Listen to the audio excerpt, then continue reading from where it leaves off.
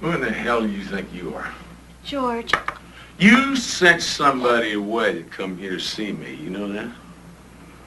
You don't say who I can see, or when I can see him. George, if you're... You don't tell me where to go, or when to go there. You don't tell me what to do. Nobody tells me what to do. Nobody! George, you're shouting and people are going to hear us. Yeah. I'm getting a little loud, huh? Getting a little too loud.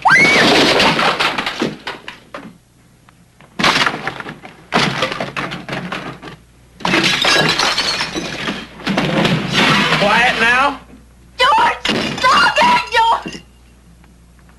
George, for God's sake, don't... George! Nobody tells me what to do. Nobody.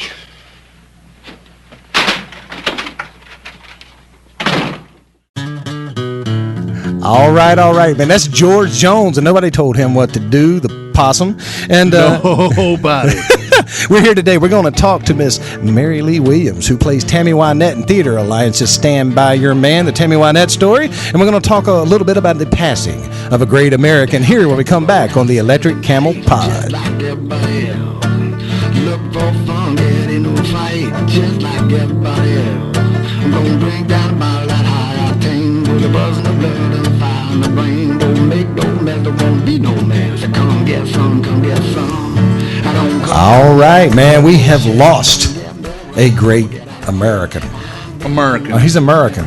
He was. He was an American Daddy. dream. Yes. If you will. Dusty Rhodes, man. And we've talked about him on the show before, man. As a broadcaster, I admire his ability to go on for Hard days. to believe that a son of a plumber could come from the ditches and be so sweet. Yeah, he's only 69 years old, man. I know. You know, he didn't really make it as long as I thought he would.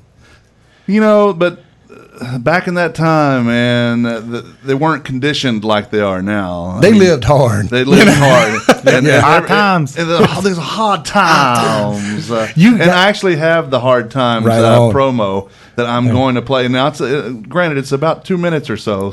Well, this will be the best broadcasting we've ever done, so might as well. Go ahead, man. That's, all right, let me pull it up. I mean, as someone who has to do solo stuff on a microphone from time to time, it's harder than people think. Are you comparing yourself to Dusty Rhodes? No, right now? I'm That's actually what it sounds saying like. it's difficult to do this stuff. People don't understand how hard that is, and they didn't do retakes.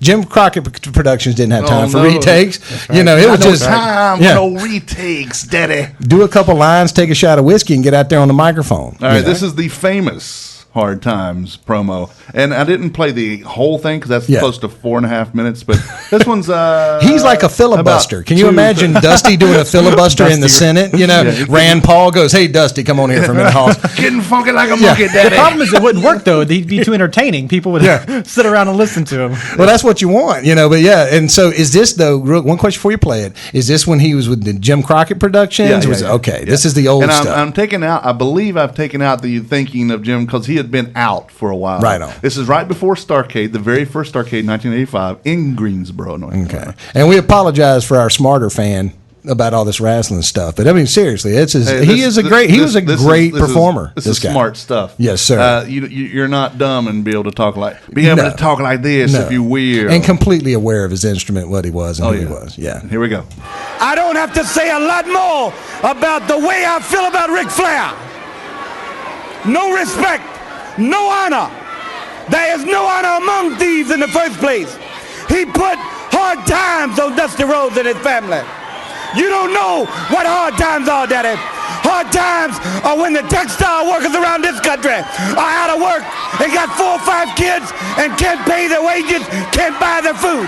Hard times are when the auto workers are out of work and they tell them go home. And hard times are when a man has worked at a job 30 years. 30 years. They give him a watch, kick him in the butt, and say, hey, a computer took your place, Daddy. That's hard time. That's hard time. And Ric Flair, you put hard times on this country by taking Dusty Rhodes out. That's hard time. And we all had hard times together. I admit I don't look like the athlete of the day supposed to look. My belly's just a little big. My hand is just a little big. But brother, I am bad and they know I'm bad. And there were two bad people. One was John Wayne and he's dead, brother. And the other one's right here. Nature Boy Ric Flair. The world's heavyweight title belongs to these people. I'm gonna reach out right now. I want you at home to know my hand is touching your hand for this gathering of the biggest body of people in this country, in this universe, all over the world now. Reach it out because the love that was given me, and this time I will repay you now because I will be the next world's heavyweight champion on this Hard Time Blues Dusty Rhodes Tour 85. And Ric Flair, Nature Boy, let me leave you with this.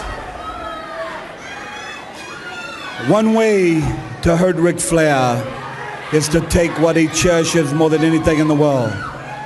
That's the world's heavyweight title. I'm gonna take it. I've been there twice.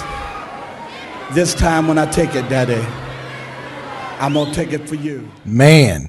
I mean, and the understanding. And I mean, this actually ties into our guest today because he understood what he was doing in the way that the early country singers, and I mean people before 1975, not the corporate stuff we got today, understood that working people were their audience. And he's reaching out there and hitting these working people where they live, making that connection with his own life. Yep. Even though that's not, and it is just, there is just something about that. You don't even see that in wrestling today. No. None of those fellas have that kind of attachment to the working class that Dusty Rhodes did. No. I like the way I am America, Ric Flair. I'm reaching my hand out to you. Yes, sir. We are one big people. Yes, sir, man. And then the self-deprecating stuff. Again, this guy understands what he's doing. My belly's a little bit big. My honey's a little bit big. Yeah, because isn't yours out there, audience? Don't you know people lose your job? You know people punch a clock, audience. And it's brilliant Son stuff. of a plumber. Yes, sir. And real quick, I wanted to get a little bit of comment because we got our own Mike Wiseman from CCD, but he's also a wrestling expert. And you go ahead and pimp your site a little bit on that. We reacted to the news last Thursday, BetweenTheRopes.com. We did a live podcast, me and my buddy Brian Fritz, talking about Dusty Rhodes for about 45 minutes, got some fan reactions from it. It's heartbreaking. I mean,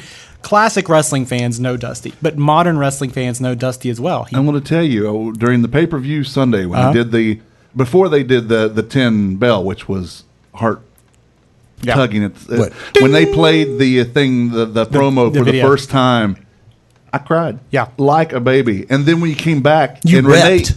Renee, you wept. There was tears down my face. And when Renee Young couldn't even do her part, and she said, "You got to take it to the guy doing that ridiculous behind the scenes stuff." I wish they'd get rid of that. But that was heart wrenching to all that stuff. And then they did the 10 bell, and you see Connor of the Ascension and his badassness back there clapping along with the Just a Common Man Dusty Rhodes theme, and Kane clapping in unison with in time with it, and all the badasses, if you will, were staying there red-faced, head down, don't know what to do. I mean, it is my theory. I'm sorry, Michael, to be stepping all over here. It is my theory that without Ric Flair and Dusty Rhodes, there would be no WWE where it is today. Yeah, even today, he still has his hands all over the product. He was such a good orator that they bring him in. He was working even up until his death with the young talent down in NXT to train them. His NXT kids, as they called it. Mm-hmm. Yeah, I mean the guy, he was a true believer. And I like the line about in the Hard Times bit, which is again just classic stuff about Ric Flair. His most important. Now, wasn't the most important thing though cocaine? I thought Rick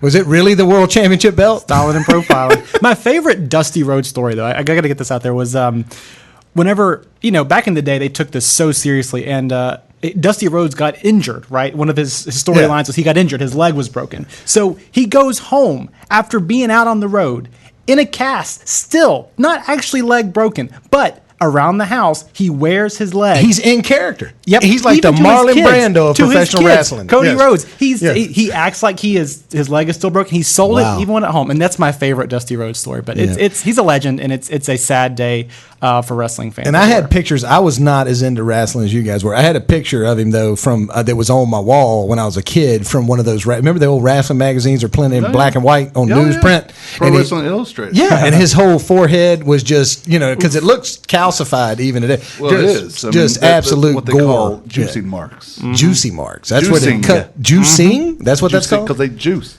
Yeah, they Juicing, cut themselves ING. with a razor blade, right? Yeah.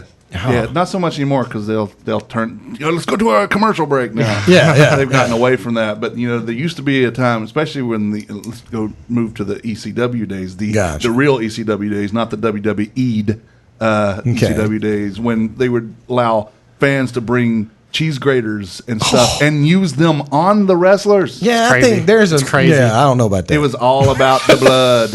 I don't know about that. These people were willing to injure themselves for our pleasure. Yep. And that is why we love them. Yeah, there's some payback there to the fans. Well, a world without Dusty, I think, is that's hard times for It's a all of bummer, us, man. so. It's a bummer. But anyway, and the next interview is not going to be a bummer, so we are going to get right to it. We're going to have Miss Tammy. Carissa has instructed me not to just call her Tammy. I've been referring to her as Tammy since I saw this play. That's how good she is in it.